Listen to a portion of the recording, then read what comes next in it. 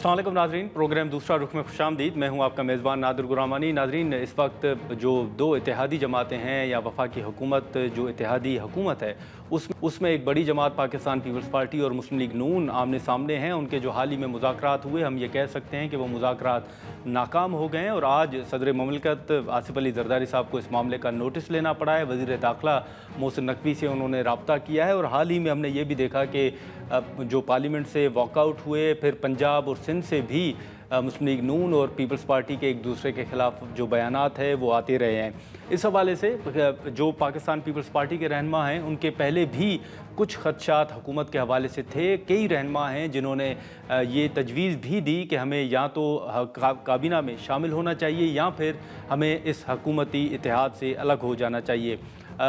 यूसुफ रज़ा गिलानी साहब जो वज़ीर आज़म और चेयरमैन सेनेट हैं, उन्होंने भी अपनी राय का इजहार किया था। इस सारे तनाज़े से पहले उन्होंने क्या राय दी थी, पहले वो गुफ्तगू सुनते हैं। पीपल्स पार्टी हिस्सा बनेगी मौजूदा सेटअप का? देखें, मेरी ज़ाती राय ये है, जो मैंने CEC में भी कहा है कि we are just walking in the middle of road, neither here nor there. और हम ये समझते हैं कि क्रिटिसिज्म नून लीग को हो रहा है, पीपल्स पार्टी को नहीं हो रहा। तो मेरी ज़ाती राय ये थी, या तो हम हुकूमत छोड़ दें और पब्लिक के पास चले जाएं कि हमारे कमेटीज आर नॉन फंक्शनल और ये जो रोज हम कमेटी खेल रहे हैं उसका रिजल्ट नहीं आ रहा। We should just leave and go to the people, या फिर we should be part of the cabinet. अच्छा, ये गिलानी साहब की गुफ्तगू थी और उन्होंने भी ये वादे किया था कि या तो हमें काबीना में शामिल हो जाना चाहिए या फिर हुकूमती इत्तेहाद से अलग हो जाना चाहिए। लेकिन इसी के साथ साथ आपको याद होगा कि 8 फरवरी के इंतखाबात के बाद PTI मुसलसल फॉर्म 47 के हवाले से जो इल्ज़ामात आयद करती है, वो इत्तेहादी हुकूमत जो इस वक्त इत्तेहादी जमात की अगर हम बात करें पीपल्स पार्टी है, वो भी अब फॉर्म 47 के हवाले से बात कर रही है और मुस्लिम लीग नून के जो सीनियर रहनुमा हैं उनके ऊपर ये इल्ज़ामात भी लगाए जा रहे हैं। गवर्नर पंजाब जो एक आइनी ओहदे पर फायज़ हैं, उन्होंने भी पंजाब के अंदर कुछ खराबियों का जिक्र किया था। उनकी गुफ्तगू सुनते हैं। जरदारी साहब ने 2013 में कहा था कि RO इलेक्शन है, 2018 में RTS बैठने की आपने बात, 2024 में क्या खराबी थी? 2024 में 45 और 47 की खराबी थी, और क्या खराबी? बिल्कुल उसमें तो कोई दूसरी राय ही नहीं है। अब मैं जो इलेक्शन के फौरन बाद यहाँ प्रेस कॉन्फ्रेंस करता रहूँ, आज उससे हट जाऊँ। 2024 में भी इसी तरह, 2024 में RO का इलेक्शन था, RO ने जो मर्जी है कर। हमारा सिर्फ पंजाब में पीपल्स पार्टी की हमारी डिमांड ये थी कि जो लोग हमें जितने वोट दे रहे हैं हमें उतने वोट दे, हमें बिल्कुल जीत हार की परवाह नहीं, हमें हरा दें, हम हार कबूल कर लें। हमारा कैंडिडेट 30,000 वोट लेता है, ये उसको 11,000 शो करते हैं, सिर्फ इस वजह से कि पंजाब में पीपल्स पार्टी का वर्कर डिसहार्ड हो, पीपल्स पार्टी का इलेक्शन लड़ने वाला बंदा डिसहार्ड हो और वो दोबारा फिर ये कोशिश ही न करे और आस्ता आस्ता पीपल्स पार्टी वॉश आउट हो जाए। आप समझते हैं कि बिलावल साहब तारड़ साहब से जीत गए थे, बल्कि उनको हारा? देखिए, मुझे जीत हार का नहीं पता, मैं बिल्कुल गलत बात करने वाला बंदा हूं, लेकिन बिलावल साहब के जो वोट शो किए गए ये उनके वोट्स नहीं थे। बिलावल साहब की बेहतरीन पोजीशन थी, बिलावल साहब का बेहतरीन इलेक्शन था, जो शो किया गया वो नहीं था। तो हुकूमत में मौजूद जो लोग हैं, आप समझते हैं? ये मुझे गारंटी है कि तारड़ साहब जीते हुए नहीं। मैं अगर ये कहूँ कि बिलावल साहब जीते हुए थे या हारे हुए थे, मुझे ये नहीं पता। ये पता है कि तारड़ साहब हारे, मुझे ये पता है कि तारड़ साहब हारे। जी नाज़रीन, गवर्नर पंजाब की गुफ्तगू आपने सुनी जो फॉर्म 47 के हवाले से वो बात कर रहे थे, और इसी के साथ साथ जो पीपल्स पार्टी की तरफ से बयानात आए, मरियम नवाज शरीफ साहिबा ने उसका नोटिस भी लिया और साथ ही साथ ये भी वाज़े किया कि वो खामोश रहीं, लेकिन अब अगर तनकीद होगी तो उसका जवाब दिया जाएगा। कुछ रोज़ कबल जो उन्होंने गुफ्तगू की थी वो हम सुन लेते हैं। 3 प्रेस कॉन्फ्रेंसेस रोज होती रही, मैं चुप रही, क्योंकि मैं लड़ाई में उलझना नहीं चाहती। मेरा हर लम्हा 24 घंटे मेरे पंजाब के अवाम की खिदमत में मैं बिजी होती हूँ, मेरे पास इधर उधर की सोच का टाइम नहीं होता। लेकिन मुझे बार बार दिल किया जवाब दूं, मैं चुप रही, मसलहतन चुप रही। मैं पंजाब के अवाम को अकेला नहीं छोड़ सकती। बात करोगे तो जवाब मिलेगा और जोरदार जवाब मिलेगा। कहा गया कि हम वॉकआउट कर रहे हैं, मरियम नवाज शरीफ माफी मांगे। भाई, मरियम नवाज शरीफ क्यों माफी मांगे? माफी वो तर्जुमान मांगे जिन्होंने सैलाब के दौरान पंजाब के अवाम पे आई हुई आफत के दौरान पंजाब के अवाम पर तनकीद की। आइंदा पंजाब के ऊपर बात करने से पहले 100 बार सोच लेना। जी नाज़रीन, मरियम नवाज शरीफ साहिबा की गुफ्तगू आपने सुनी। उन्होंने माफ़ी मांगने के हवाले से अपना वाज़ेह जो मौक़िफ़ है वो सामने रखा।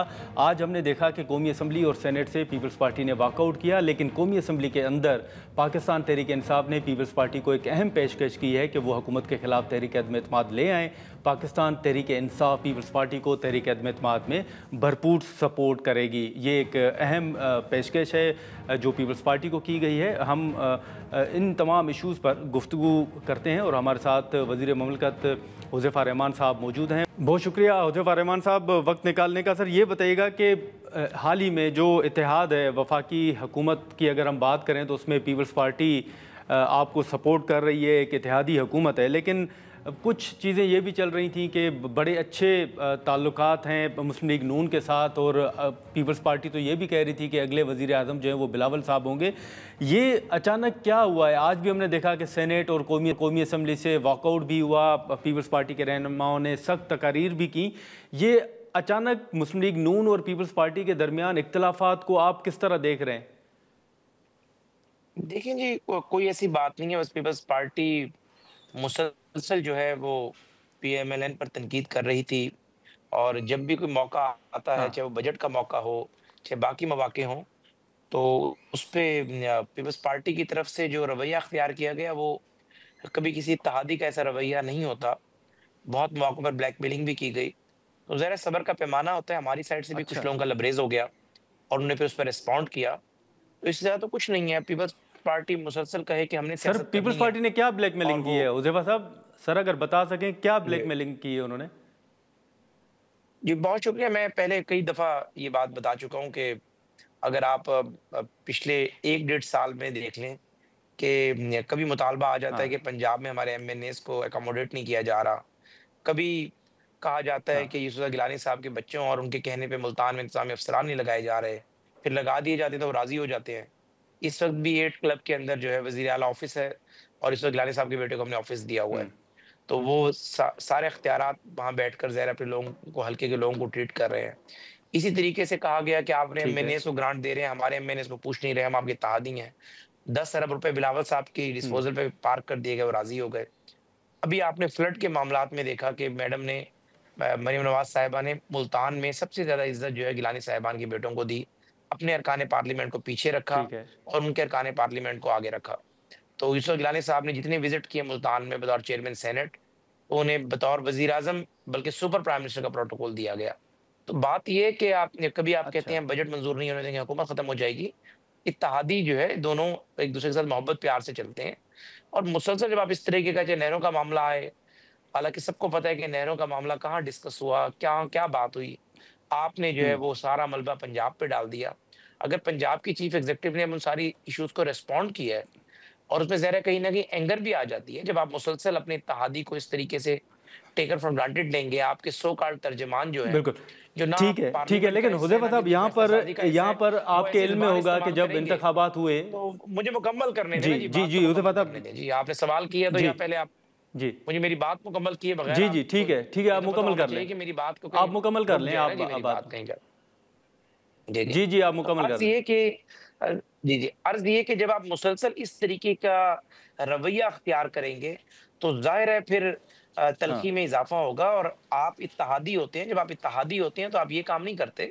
आप ज़ाहिर है अपने जायज़ मुतालबा सामने ज़रूर रखते हैं, लेकिन आपके वो तर्जुमान जो ना पार्लियामेंट का हिस्सा हैं, ना आपकी अपनी फ़ैसला साज़ी का हिस्सा हैं, हाँ, सिर्फ़ मीडिया में टिकर्स में जगह बनाने के लिए, सोशल मीडिया पे अपने क्लिप्स वायरल करने के लिए ऐसी-ऐसी बातें करते हैं, चाहे नदीम अफ़ज़ल चंद साहब हो जाएँ या मंदोखेल साहब हो जाएँ। ये वो लोग हैं जो कि पिछले 15 साल से पार्लिमानी सियासत से आउट हैं, और ज़ाहिर है पंजाब में इन लोगों ने कोई सर परफ़ॉर्म मंदोखेल नहीं किया। साहब जो इनके ज़िले गुज़िश्ता में जो इंतख़ाबात हुए थे उसमें एमएनए मुंतखब हुए थे।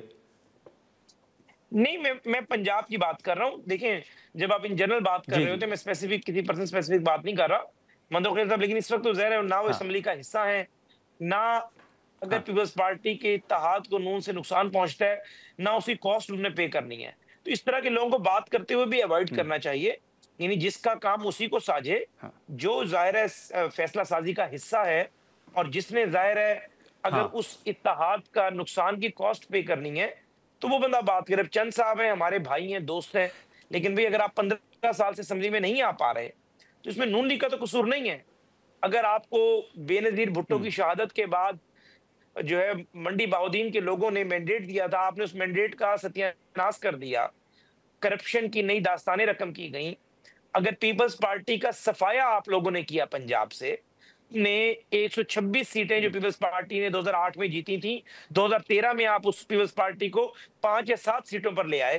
تو اس کی آپ سمجھتے ہیں کہ مریم نواز صاحب ذمہ دار ہے، نون لیگ ذمہ دار ہے.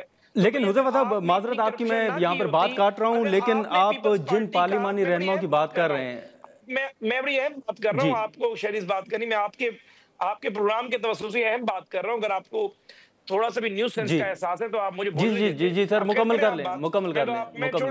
میں نے کیا ٹیمپو توڑنا آپ کو. ٹھیک ہے. اچھا حذیفہ صاحب آپ نے نہیں حذیفہ صاحب، آپ کا تقریباً 4 منٹ کا سر جواب ہو گیا ہے. آپ کو پتا ہے کہ پروگرام میں ایک مقررہ وقت ہوتا ہے، تو اسی لیے میں معذرت کے ساتھ آپ کی بات کاٹ رہا ہوں. میں آپ کے جی اچھا چلیں، آپ بات مکمل کر لیں. اگر آپ کا ٹیمپو نہیں ٹوٹا تو آپ بات مکمل کر لیں. نیوز دے رہا تھا. نہیں قبلہ، میں اچھا وہ نیوز دے دیں نیوز دے رہا تھا. اور سر آپ دے دیں، نیوز دے دیں. میں بات میں پتہ نہیں کیا کر رہا تھا. خیر، میں عرض یہ کر رہا تھا، گزارش یہ کر رہا تھا کہ اس وقت جو گلمانی صاحب بات کرنے کی ضرورت ہے وہ یہ ہے کہ یہ سب وہ ترجمان ہیں جو پنجاب حکومت پر جو ہے بغیر ٹکٹ کے سوار ہو گئے ہیں. بس میں اس طرح بندہ بغیر ٹکٹ کے چڑھ جاتا ہے. جن لوگوں نے بے نظیر بھٹو کی پیپلز پارٹی 2008 میں پنجاب کی دوسری بھی سٹیک ہولڈر تھی، اس کا منیمیٹ کر دیا پورے صوبے سے. کرپشن کی ایسی داستانیں رقم کی کہ پارٹی کا کہیں نام و نشان نہیں ہے. بجائے یہ کہ آپ حلقے میں کام کریں، آپ محنت کریں، دوبارہ پارٹی کو ریوائیو کریں، ریلیونٹ ہونے کے لیے آپ مریم نواز صاحبہ پہ تنقید شروع کر دیا آپ نے. یعنی افسوس ہوتا ہے کہ پیپلز پارٹی کی بھی اتنی زیرک لیڈرشپ ہے. اب نوید قمر صاحب بات کریں، سمجھ آتی ہے، کوئی بات کرتے ہیں، بلاول صاحب یا باقی لوگ، یہ وہ لوگ ہیں جن نے پیپلز پارٹی کا ستیہ ناش کیا پنجاب سے. چودھری منظور ایک الیکشن نہیں جیتے، انہوں نے ہمیشہ جو ہے کامریڈ بن کر بات کی. ندیم افضل چند، نظر گوندل صاحب وغیرہ ضلع سے آؤٹ ہو گئے، ضلع کی سیاست سے. تو بات یہ کہ عقل مندی کا تقاضا تو یہ ہوتا کہ آپ لوگ اپنی سیاست میں جگہ بناتے.